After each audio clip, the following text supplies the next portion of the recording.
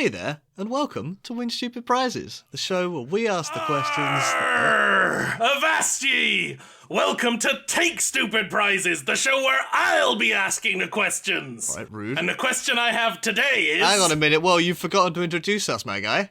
You do it then! Oh, I was doing it anyway, what was the point? The show where we ask the questions nobody thought were worth asking. I'm Eddie, and I'm joined today by the cabin boy and apparently a piece of shit. And they are Bear. Oh, nice to meet you! And Pwal. Hello? As you two know, we've recently been assembling a crew for some swashbuckling and carousing. And now, we've got plenty of deckhands, but we are missing a few key members. So our question today is, we're putting together a pirate crew, who should we invite? Well, God, we've got a lot of different groups to go for, haven't we, then? We've got a lot of deckhands, as I mentioned, Okay, so there's yes. only a few key members that we need. And I think a very sensible place to start is with the cook. Because we're going to need a lot of food on there, and we're still missing our head chef. Right, okay. We need a cook, or we'll eat ship food. Ship food? Great, I'm really glad that we started with that one.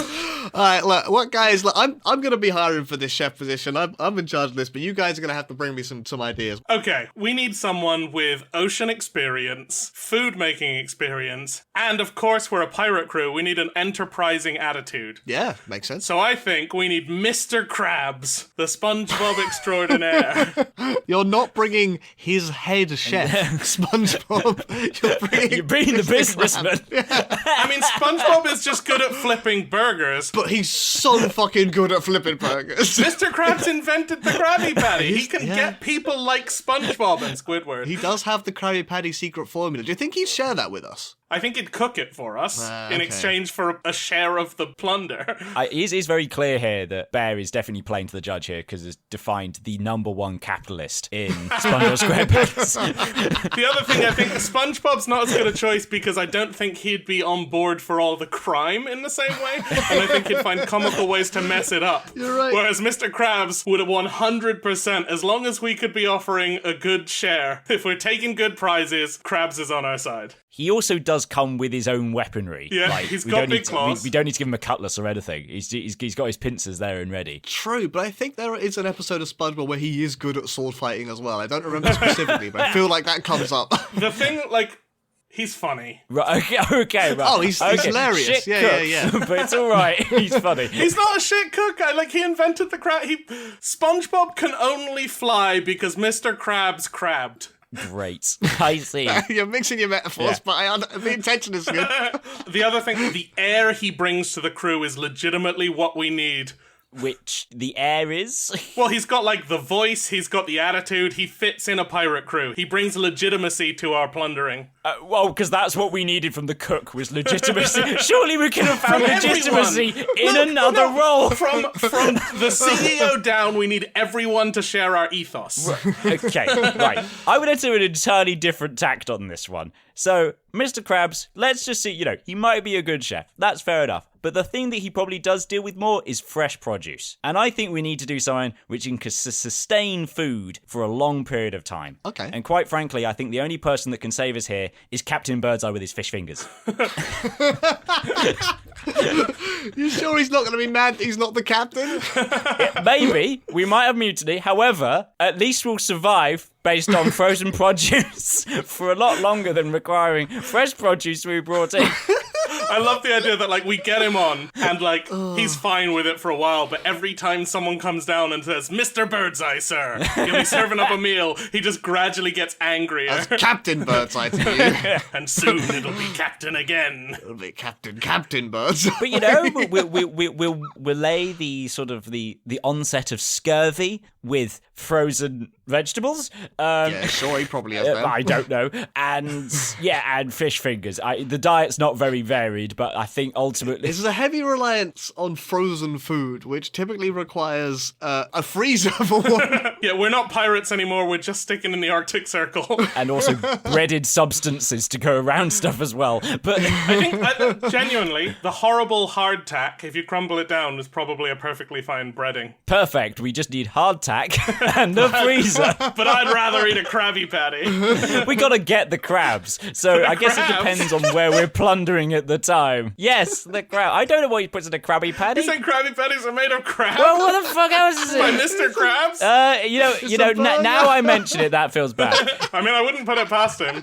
What is it, Nick? It's a burger. We don't know, that's the whole point. Oh, great. I see. It's some kind of burger, the specifics of which aren't ever divulged. I see. So we have no idea. But it is a burger. Whether we can even get his produce or not. I like both of our options. We can eat them in an emergency.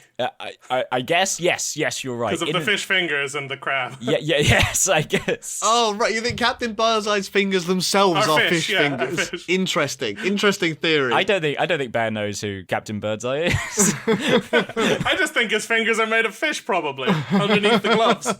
All right, well, thanks for your options, guys. I think I'm going to give my first piece of 8 to Mr. Krabs, though, because he's less likely to start a mutiny, purely for that reason. Maybe on mutiny, maybe we need to establish some security for our boat. Great idea. Now, I already know who my number one choice is, which is Toad. Of course. But in case they're not available, maybe you guys should bring some other options. There's only one man, if you need security details, there's only one man I know for the job. I don't know his real name, but it is the Batman.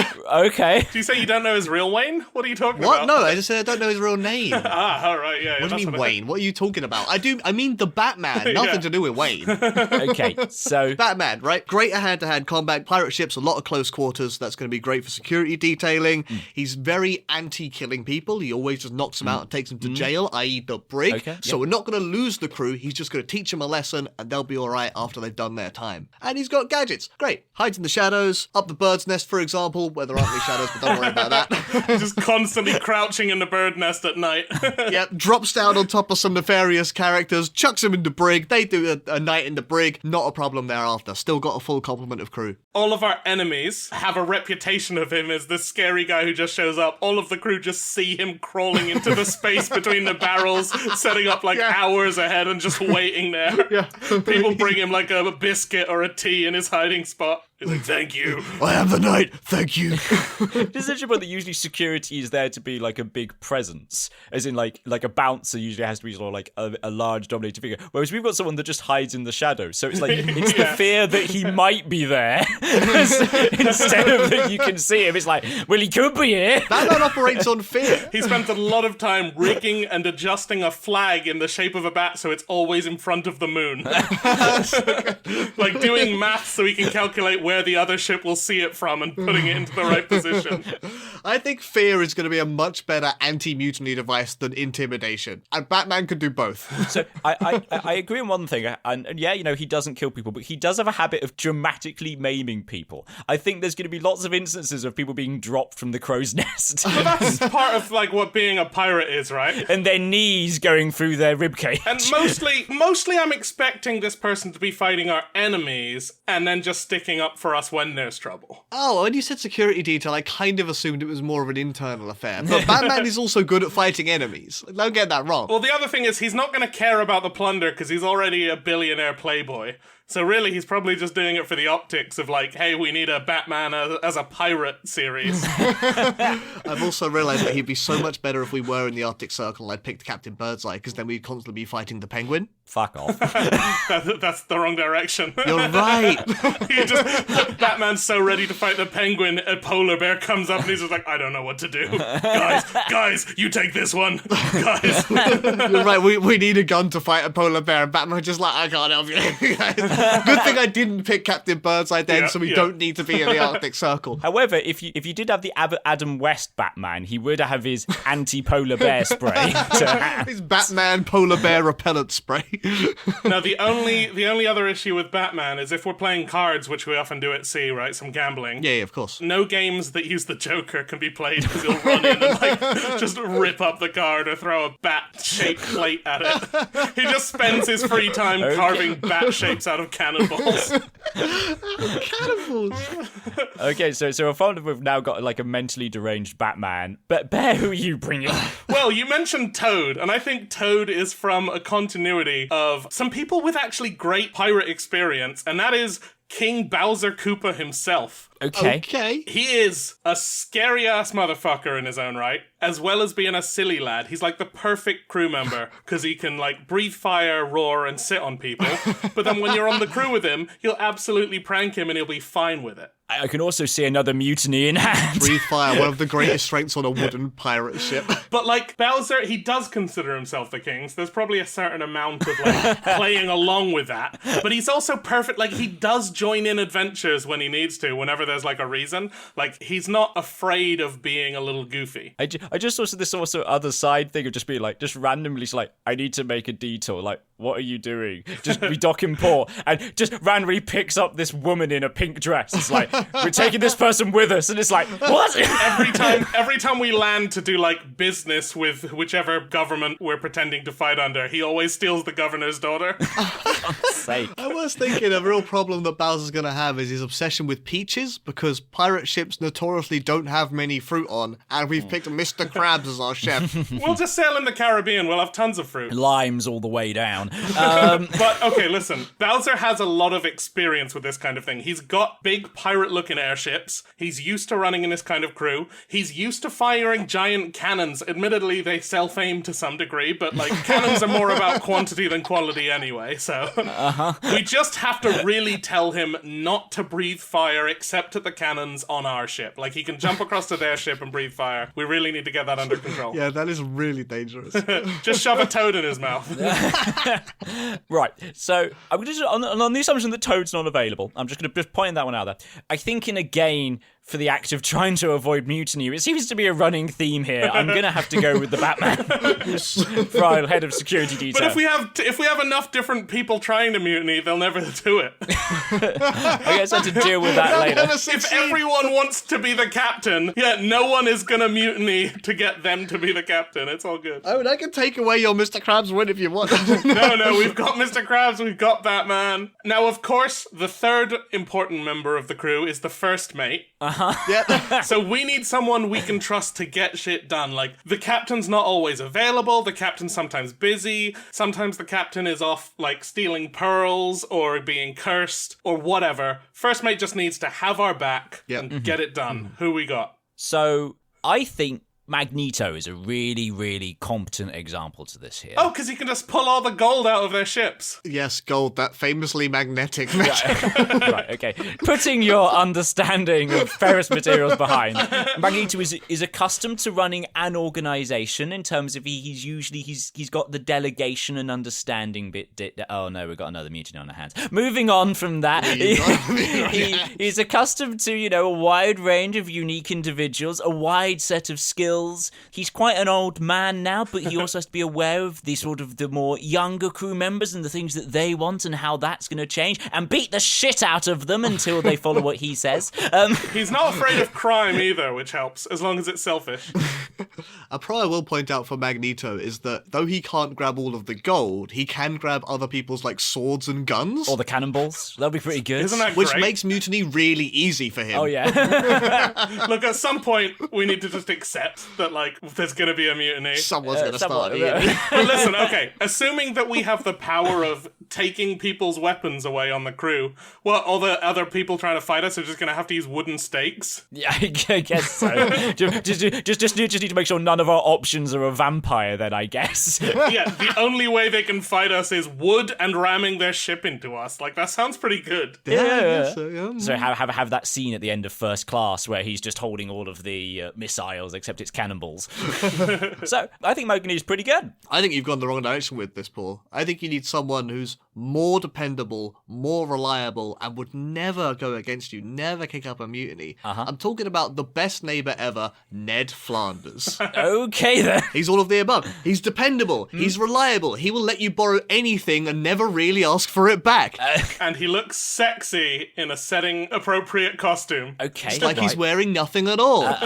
But he's also got a great work ethic as well. He's very organised, so he can still handle the crew as long as you can keep that iron fist and prevent the mutinies. He can direct them no problem. He's got that brain on him. And he's left-handed, which will confuse our opponents. Now, I have two things I need to understand about Ned Flanders. Hit me. One, is his religion gonna get in the way of what we do? Why would it? Well, because We're pirates, sir. we're doing crime and piracy Yeah? and democracy, Yeah. and his religion is based on none of those things. Yeah, okay, I hear what you're saying, but think about his neighbour, arguably the worst neighbour you could have, Homer Simpson. The amount of nefarious and sometimes downright illegal things he gets up to that Ned Flanders turns the other cheek, turns a blind eye to, because he's a good neighbour and is no snitch. So do we just need to pretend that we go to church occasionally and he's on our side? Yeah, absolutely. So we burn down a church once in a while and we're good. Yeah, pretty much. Have a small crucifix somewhere on a mast. The other thing I need to understand is that as a first mate, does he command any respect? Because I understand what you're saying about he'll be good, he'll be loyal. Yeah. Will the rest of the crew listen to him? He's very likeable unless you're specifically Homer Simpson. Like, the whole town loves Ned Flanders. They come to his defense in multiple episodes. So he'll be able to get on well with the crew, and I think that's a very valuable asset to have because we're going to be ruling with an iron fist. Okay, no, I get it. Like, we do. It takes a bit of time for him to be established. I think probably he comes aboard and everyone's looking at him funny and been like, this guy doesn't belong on a crew. And then pretty soon he's doing the worst crimes of all of us and everyone respects him. He's also absolutely shredded, so he can beat anyone in an arm wrestling competition. That is canon. Can he be Batman in a wrestle? I don't know, but it's going to be a good time for everyone. Well, as much as I love a mutiny, I think Magneto's mutiny would be particularly bad. Yeah, effective. Yes, I go granted. I think he'd kill everyone who wasn't part of it, whereas like Bowser would just be like, you have to wear these shell hats now. Magneto's mutiny is the scariest one we've come across so far. Yeah, that's fair. And as long as Ned is on board with what we're doing, then I think we can trust him to be pretty loyal. So let's bring the Flanderino on board. That's what I like to hear, baby. There we go. Hi diddly ho. Arr, you landlubbers! I've stolen the mid-roll as well! Be sharing our stuff, or I'll stab your eye out! Arr! Okay, so we've got some core crew members down. Now I think we need to bring some technical ability. We need to actually know where we're going. We need a navigator. Okay, Paul, how do you feel about Captain Ahab? Explain your reasoning. He, the guy who really want that whale. Really want that whale. He really want that whale. He know where that whale is. He gotta find that whale. And therefore, if he know where that whale is, we can choose whether we want to go toward or away from that whale, because he's not driving the boat, is he? He's just telling us where to go. What you're describing there is a compass, but it points to whale. Yes, it always points to whales, so we can always avoid whales at all costs. I mean the white whale. I mean white whale. We can never avoid that whale. But we'll know when the danger is imminent, because he'll be having his harpoon and I'm gonna fucking take down his whale. Or is the argument that we just sort of like, hey, Ahab, we've seen the whale off Barbados. And he's like, we're taking to Barbados. Like, we didn't know where Barbados was, but we're heading there now. It doesn't work in reverse. We've heard the white whale was sighted in Hawaii, and you have to take this extremely dangerous land crossing over Panama, or we'd go the long way and lose it. He trawls over the maps, works out the perfect route, navigates by the stars, pulls a 48-hour ship just to get this route done in perfect time. Now, what I also need to know, though, is he going to just, like, immediately drive us into a storm if he thinks it's a whale in there? Is he going to make every crossing as dangerous as possible if it's quicker? Yeah, I guess that is the problem. He has one line that he's drawn on the map. Yeah, we're following it.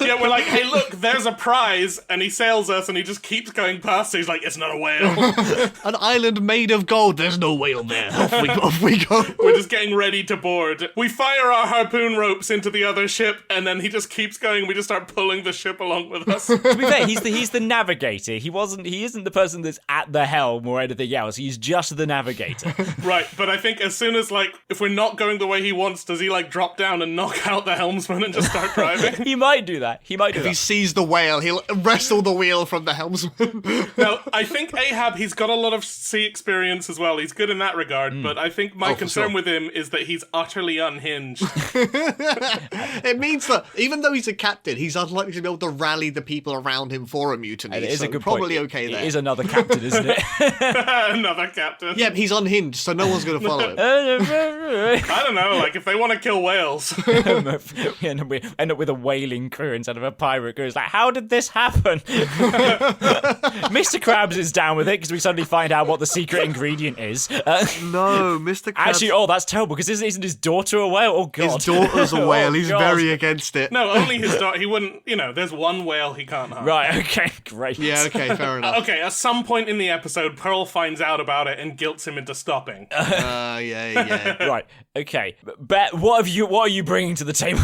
Okay, well, I have a much more tame answer. I think we should bring a map. Okay, I thought that was a given, to be fair. I thought that was a given. Okay, but, none of us can read maps, so I think we should bring a map that reads itself. I'm talking about the character map from Dora the Explorer. Right, okay. So map does what we need a map itself. to do. We don't have to interact with the map for it to, find the way. It just sings us songs, it, squeaks whenever it's in danger of getting, swiped, I think. Okay, right. So how does map communicate to us where we go? It talks. What, go left a Okay, bit? Paul, it's a map, so it can show us on the map. But you just told us we can't read it. Okay, but that's a facetious. Come on, look. How are we going to read the maps anyway? Okay, it can explain on the map what it's doing on the map so that we can understand it. And also it tells us. You're saying that the navigator's not the helmsman. How is any other navigator going to tell us what to do? Okay, but it's explaining. Okay, fine. Yeah, that's clarified the point. The point. It says, we need to go east, we need to avoid the big island. Looking up map from Dora the Explorer, all of the images of it are closed. There are no images of map open, which raises some questions about its legitimacy as an actual map. Let's have a look. Does she ever open up the map? No, okay. I think the map opens and appears on its own picture. Okay. Appears inside itself. Yeah, so that it can explain, literally, it can point in itself to what you're seeing on it. It goes full Clippy on this. This is some nightmare fuel right now. It's because you looked up map, not maps map. Oh, you're right. I didn't look up maps map. You're right. How could I have been so foolish? So, from what we've said so far, gonna be honest with you, I am giving it to the sentient map. I don't know if it's gonna be great for us. However, it might get a little sing-along going, which is pretty good, all things considered. Yeah, we just need to lie to it about the crime we're doing and not let it see. Always threaten it with fire if it decides it wants to mutiny. Oh, gosh. Oh, that's why we need Bowser. All right, well, funny you speak of having a little sing-along there, Paul, because I think that one of the last roles that we're still missing is a musician. Yeah, okay, that's fair. Sebastian from The Little Mermaid. No, we've already got a crab. Great singing voice. Happy to have a conversation with Mr. Krabs, maybe. Don't know. Admittedly, a certain type of song. You're going to have an interesting point when we're sort of I don't know, having a naval battle. It's like, kiss the girl. What? Yeah. Whenever we're trying to parlay, it's just coming and singing romantic songs. I'm not worried about the song Under the Sea. That's not where we want to be as a pirate. We only allowed to send him on dredging missions. Under the sea, this is mutiny. Okay, so some of the songs might not be quite on key, but in terms of what we're trying to get across. But I think it's a good singing voice. It's again someone that can deal with the naval conditions, and they might come out their shell a bit. To provide a bit of a range of musical accompaniment. He is a funny guy. There's also he uses the fish and the sea wildlife a lot to make the songs, so he'll always have instruments and players for those instruments available to him. Oh yeah, it just pops out the ocean. He is good at singing songs that other people can just improvise parts along to. Yeah, he's good at getting everyone involved in a song. Which is what we want, It's not just he's the musician that's playing something, he's getting everyone involved. Yeah. But those songs are about kissing and sinking ships. My, oh my, you gotta sink the ship. Just a little crab on our shoulder. Speaking of the devil on our shoulder, I think we actually know a fantastic musician who really knows how to get people to do what they want. Yep. Satan himself would be absolutely sick on a pirate ship. And I don't think he would really care about mutinying, because the fact that he's on the crew, the better we do, the more people go to hell. An interesting point. That's an interesting point. Okay, so we're bringing Satan on board. Clearly, we're just assuming he doesn't get bored and try to take our souls. Ironically, we have to keep on pirating and keep on killing, because at some point he will go, well, it's your soul now, I'm bored. Well, that's the point. Like, the more we're doing pirating, the more he's guaranteeing ownership of our souls after it's all done. It is an interesting form of sort of like payment that has to be there. It's like, if we stop doing this, we are royally fucked. Well, no, he wants us to sin and die, right? Because if we're fighting other people at sea, people are dying sinners, and if we're fighting at sea and doing sinning and dying, then we're dying sinners. That's what he needs. Yes. Whereas if we live out our lives and, like, if he mutinies and he kills us, then we're not on his side. We repent. He's lost. He's lost us. Okay.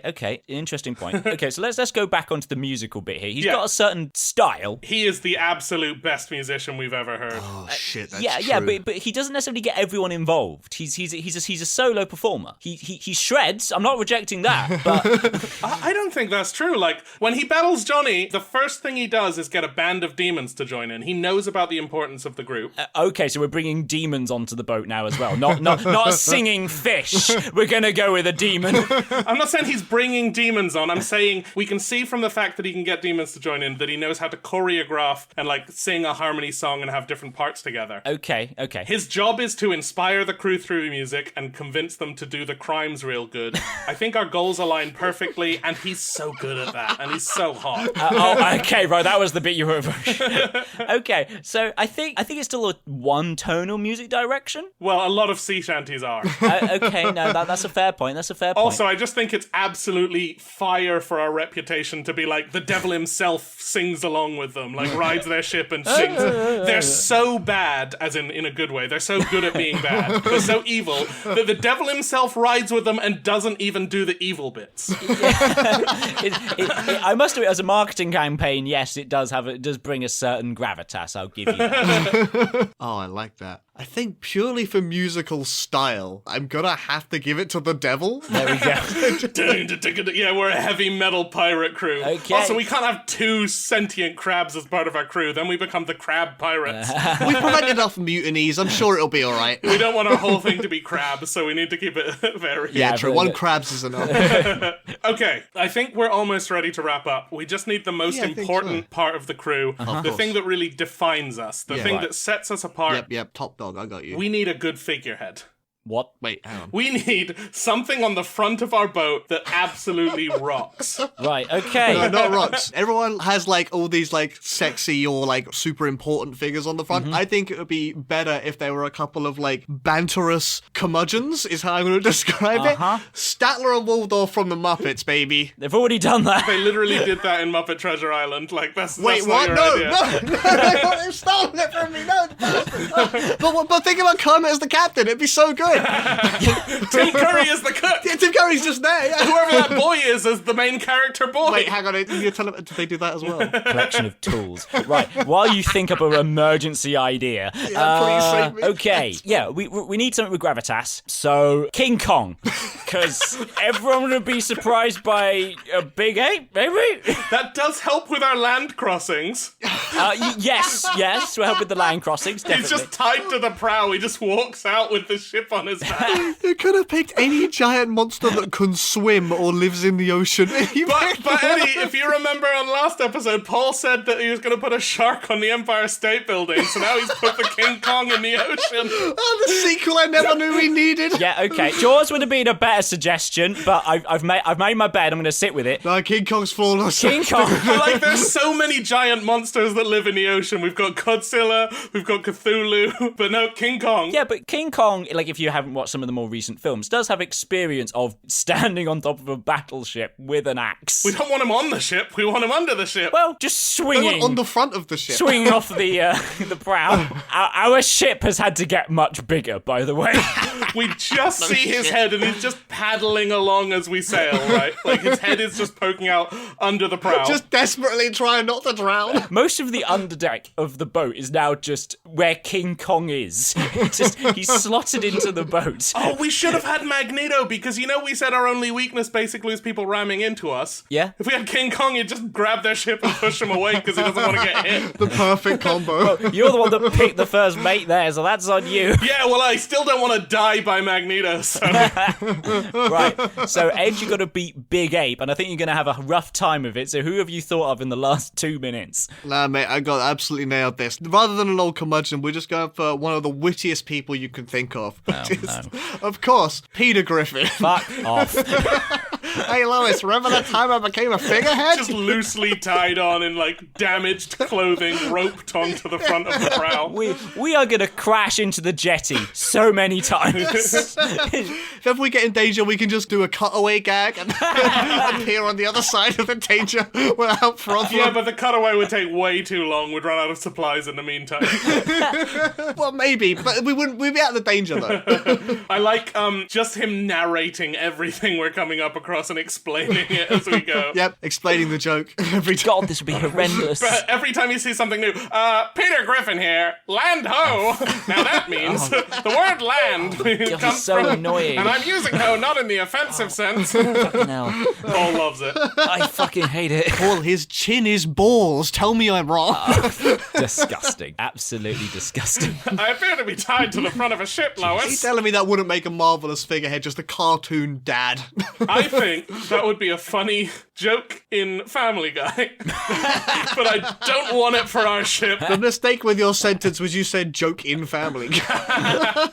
Listen, we need a majestic ship. We're all about striking fear. We've got the devil and heavy metal on our ship. We've got Mr. Krabs. We need a big monkey. Okay. I think you're wrong, but fair enough. And you said we're worried about fruit and nutrition. Anytime we get low on fruit, King Kong's going straight to Banana Island. He lives on Skull Island. He lives on Skull Island, but now he's not at Skull Island. He's near Banana Island. You tell me he's got a radar ping on bananas like Ahab does on that whale. A really useful combo if we had both of those two. I just do find it funny that it looks like we just have a gorilla head on the front of our ship that's a bit big and unwieldy, and then we get to shallow water and just a giant monkey, just big gorilla. Walks out with our boat on his back. Yeah, it's King Kong all the way. Fair enough, that's pretty good. I think, guys, we have forgotten about a key member of the crew, though. Uh-huh. And that is, of course, the captain. They're going to have to go some to rope together this motley crew of mutineers. Well, let's just look over the crew we've got, right? We've got Mr. Krabs in the galley. Yep. We've got Batman wherever he is. Yep. We've got Ned Flanders. First mate, yep. And Satan. Yeah, that's a novel combo, ain't it? That's a classic combo. That's a real comedy duo right there. We've got the map from Dora the Explorer. Yep. And we've got King Kong. Comes the figurehead. Right, so... Well, what are our options, right? what are our options? Who could do this?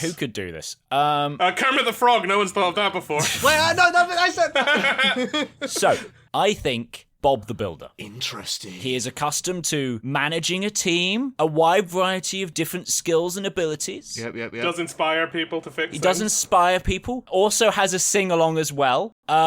It might also mean that the boat becomes sentient, which might make a problem because we've got King Kong in the middle of it. But we'll deal with that later. It just becomes called Shippy now.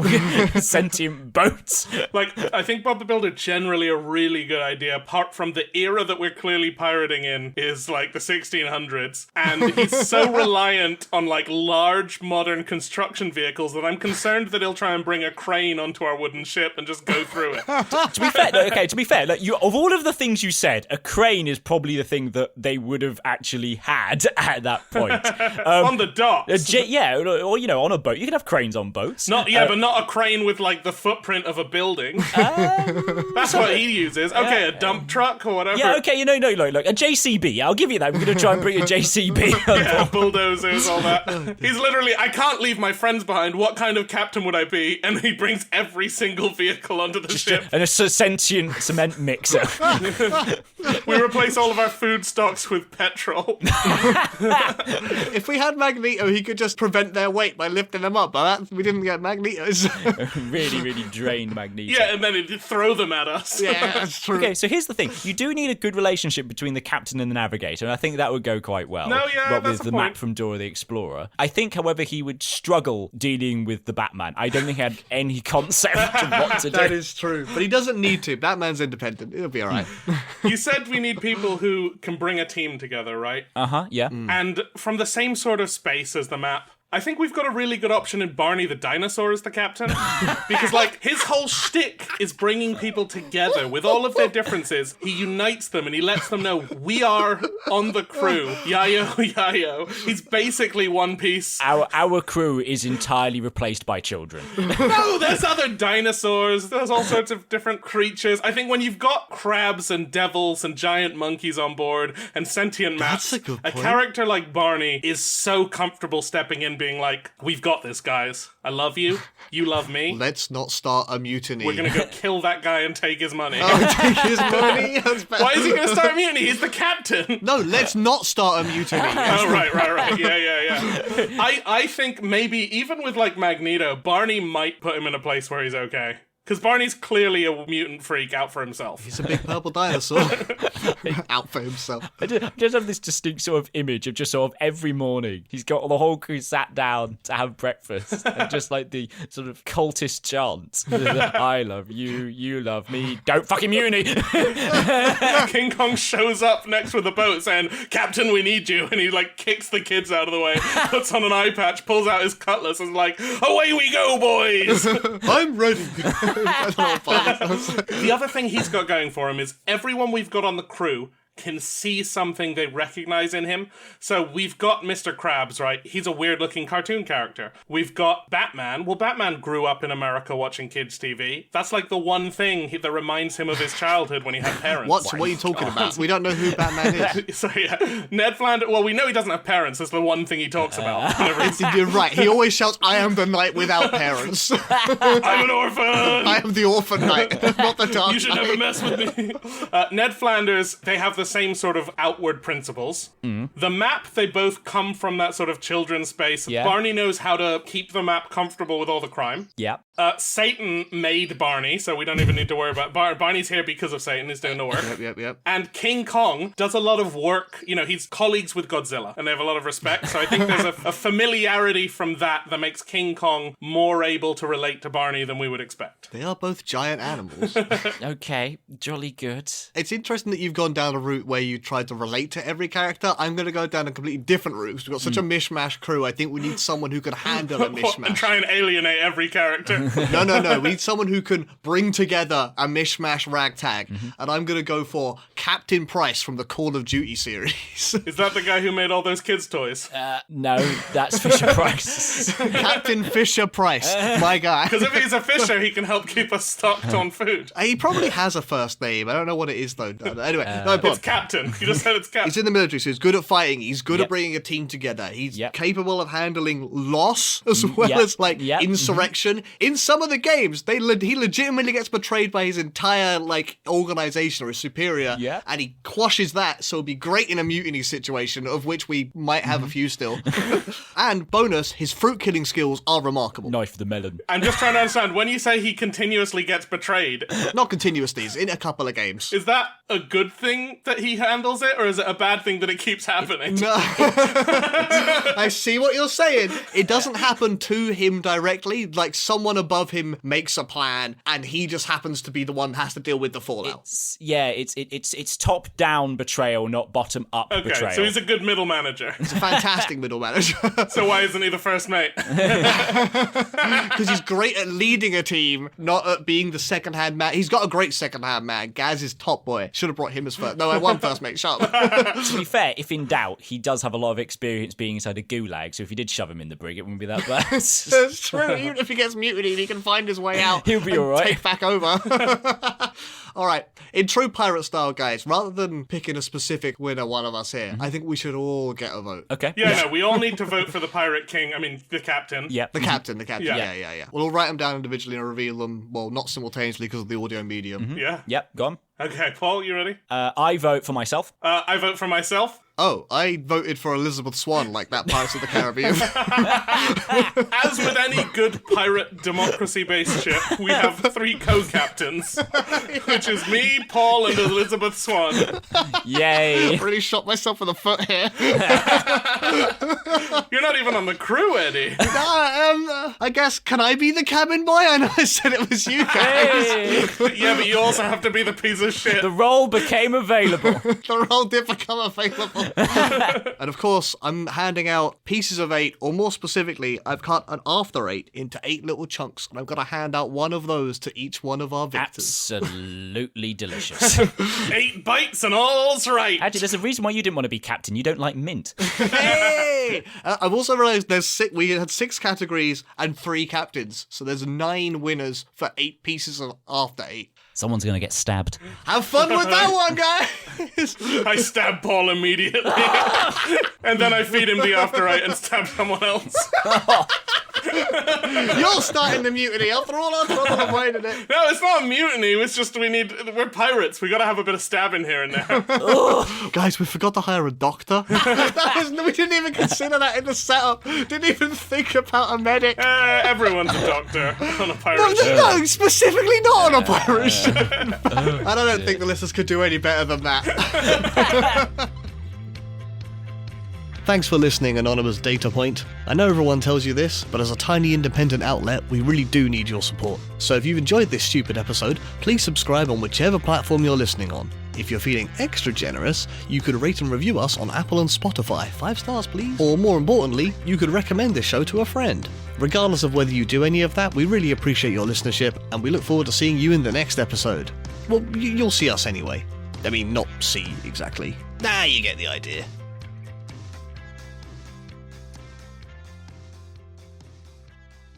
This is how we prevent mutiny, by having 3 captains constantly vying for control. The perfect system. The perfect team.